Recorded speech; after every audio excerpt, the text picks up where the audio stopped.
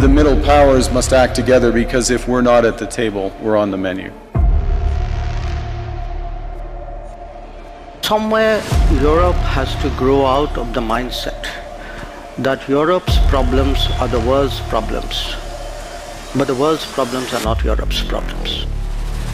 चुन चुन करके हिसाब लेना ये मेरी फितरत है. Why should it be a problem? If I'm smart enough to have multiple options, you should be admiring me. Bharat झुकने वाला भी नहीं. The rise of India will be determined by India. It will be determined by our strength, not by the mistakes of others. The old order is not coming back. We shouldn't mourn it. Nostalgia is not a strategy.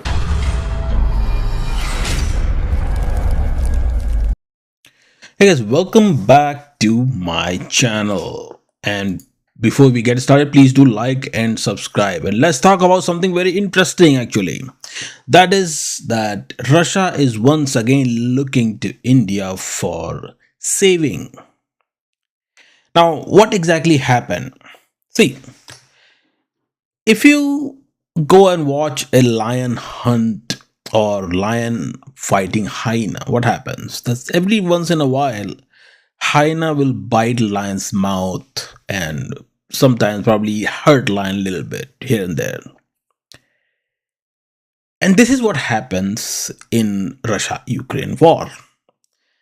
When Ukraine hit two of the largest refineries, and the aim was pretty simple, that to slow down Russian advancement and hurt Russian energy needs and energy infrastructure, to hurt the Russian economy. That's the whole entire thing. Okay.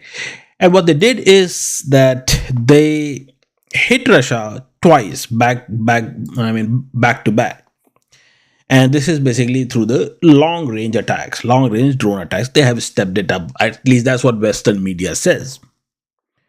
And President Putin has accepted it. Now, what exactly happened? Why this became a very big news? It became a very big news because the Ukrainian strikes have knocked offline roughly 30% of Russia's oil refining capacity. And that 30% is a lot. Okay, that 30% is a lot. And which is now pushing, like, which will be like the production is gonna drop to 21-year low. All right, and that's why it is a problem. I mean, it's not and 30% supply is being reduced. That's a big number if you ask me, right? So, and it's but just for the clarification purposes, it's not 100%. Okay, now, so just recently, actually, let me actually share my slide real quick. Okay. Yes, so what exactly happened is that Ukrainian strikes basically refinery. It cripples the fuel output, but Russia still has the crude. An unexpected buyer becomes a supplier, right? And this is where the actual news is, that Ukrainian drones set another Russian oil refinery ablaze as Putin admits fuel shortages. This happened on 30th June. This news, and then Ukraine hit a Russian oil refinery, Ufa oil refinery, for the second time in a week. That is on the July 1st. All right, and Ufa refinery is one of the Russia's largest producers of lubricant and is located more than 1,000 kilometers, 600 miles from Ukraine, Zelensky said on social media. So that's what happened. Now, because of that, it created a supply problem, and mostly the regional supply problem, not the entire Russia supply problem. 30% is crippled, right? And 70% is still there. Now, you have to understand that Russia uses lots of the refined for its domestic needs, and some goes into certain countries as a refined crude product export. Okay, but most of the things that Russians export is the crude oil, not the refined crude product. All right, but domestic problem in itself can lead to many other problems, right? Because you are in a war zone, so you definitely need your production, refined crude product production amped up. not the downside, right? So what happened is that Russians at this point, are they were looking for what? Refined fuel rather than the crude. For Russians at this point, the crude oil is useless without refining. Now, I have explained this type of situation in my videos before. That oil market is pretty weird type market, okay? That you may have crude oil, but turns out that sooner or later you may end up actually importing the refined crude product, that is your gasoline, diesel, and all that. For example, Nigeria did that until they established Dalgote refineries. There are two Dalgote refineries, total of two Dalgote refineries in Nigeria. Otherwise, before that, what they used to do is that they used to export the crude and import the refined crude product. After Dalgote, what happened is that they started to export. They were exporting the crude, but they stopped importing the refined crude product. Okay. And now, this is the thing that I've been saying. Okay. That sooner or later, the way the global crude market is overall, it's going to move towards the refined crude product dominant market rather than the crude market itself.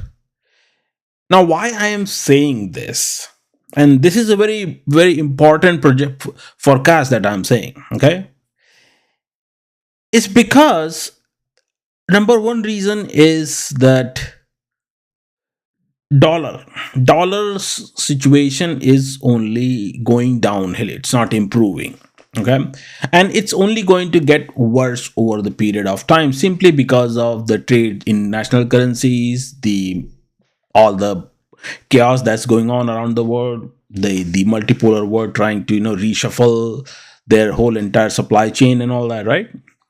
So that's what that is doing, is that it has slowed down the global economy, and it has slowed down it has actually depreciated the dollar overall. And because of that, we are seeing the global inflation everywhere. It's not just here, it's in India too. The inflation is in India, inflation is in Russia, inflation is in China, everywhere. Now, because of the global inflation, it has increased the crude oil prices. And now crude oil prices are going to stay at around 80-85. All right. It's not going to come down to 65 or the good old days type of stuff. Okay, that's not going to happen. Why? Simply because the oil diggers, the oil companies that actually drill the oil, drilling companies cannot make enough profit in the US to really sell it. To sell it, unless the oil price is around $80 per barrel, or between, let's say, 78 to 85. I would say 85 still is actually overstretching. All right. So if countries like India, they can find the cheaper crude oil and refine it and sell the refined crude product at $75 per barrel, then why would countries buy $80 per barrel of crude oil rather than, right? You see where I'm going with, right? So, and all the signs are pointing towards it. Now, coming back to our case of Russia, just after this the Hormuz problem started, the Strait of Hormuz, the problem started over there. So Russians offered this thing. Russians said that, okay, we will increase our crude production and India can buy it from us. Fair enough. But little did they know that sometimes things change and times change pretty fast. And today, Russians are looking to India to provide them the refined crude.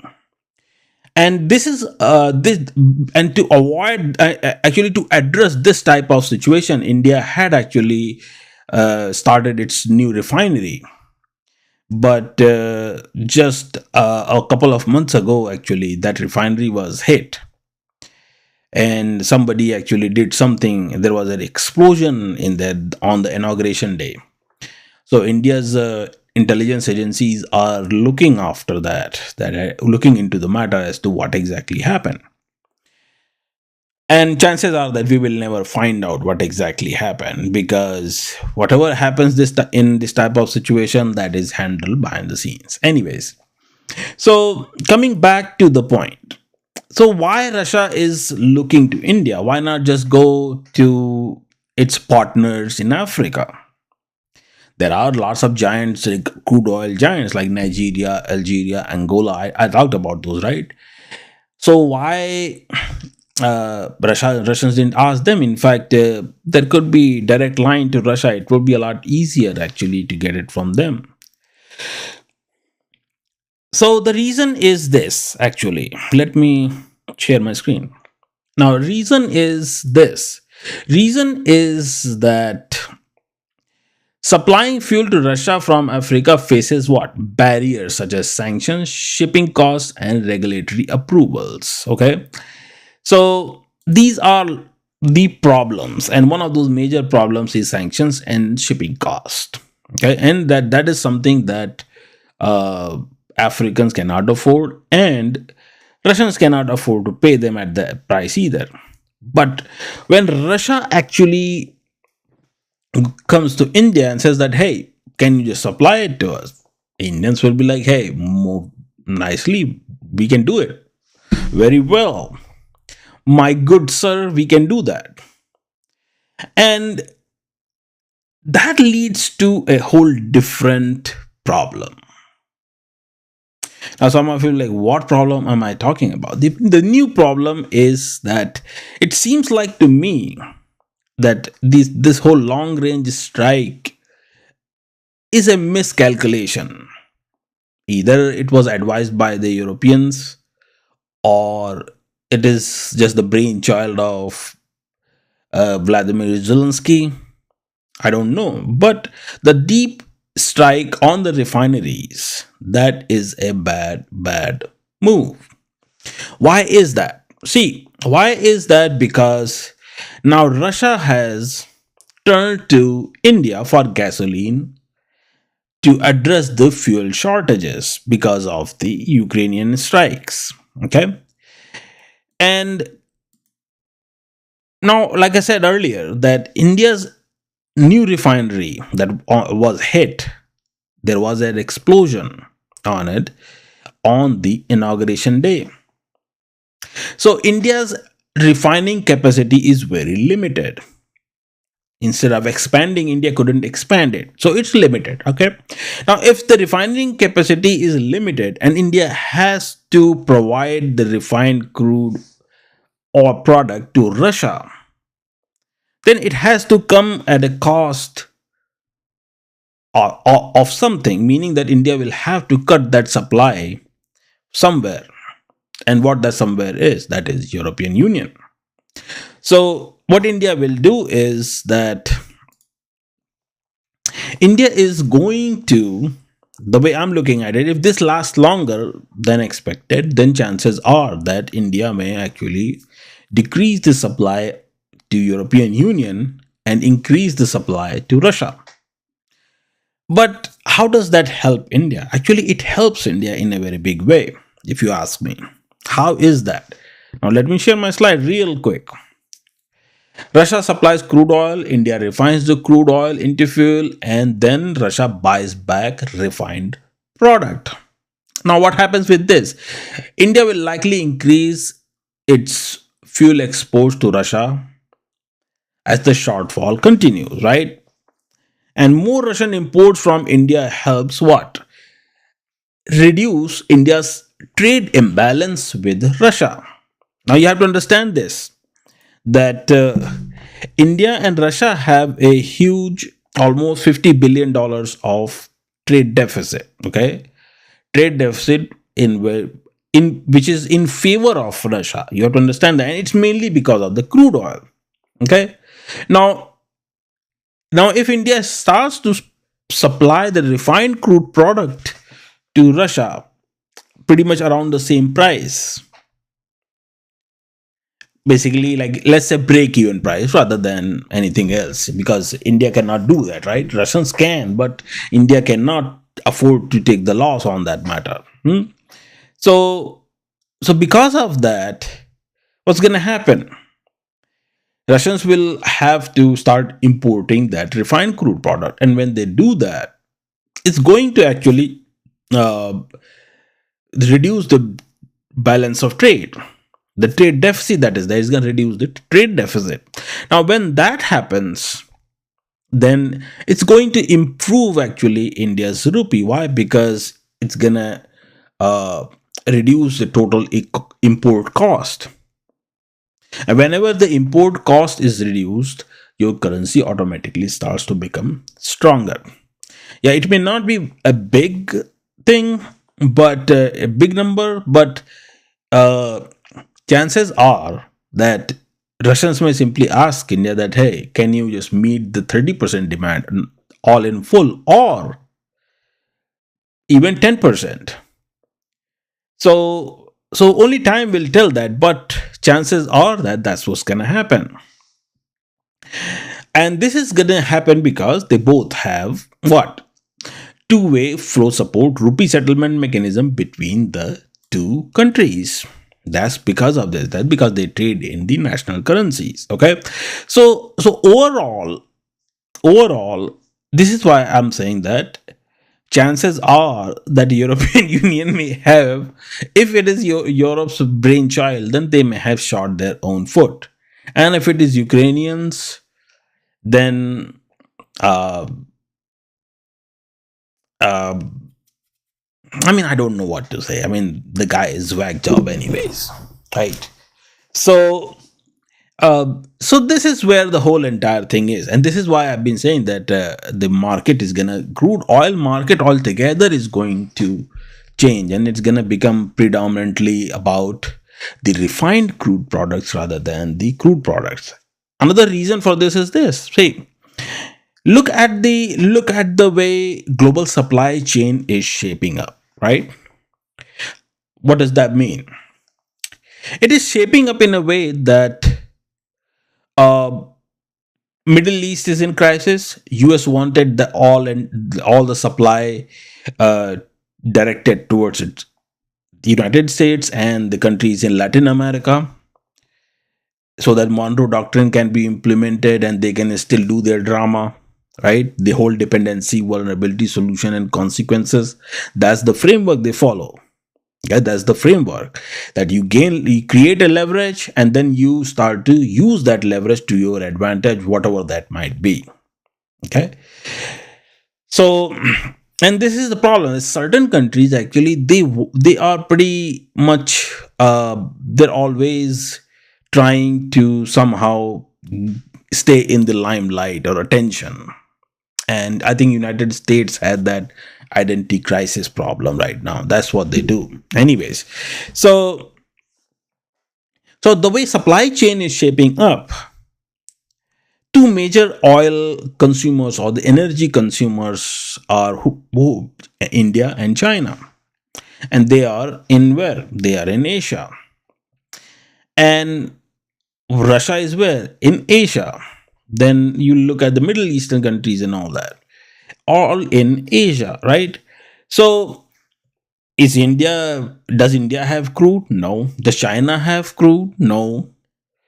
Russians crude refining capacity is down. Okay. Then Saudis, they don't have that much of a refining capacity. So who is providing these refineries after that to keep the supply chain intact and all that? It will be India and China ultimately. And so that's another reason I'm saying that overall what's going to happen is the way supply chain is being disrupted and redirected, at least the attempt is being made. It's gonna market probably will be about refined crude products predominantly rather than the crude products. because that will be a lot cheaper economically. Okay, so there is that. I hope you guys learned something from this video, guys. Please do like and subscribe, and I will talk to you guys in another video. Take care.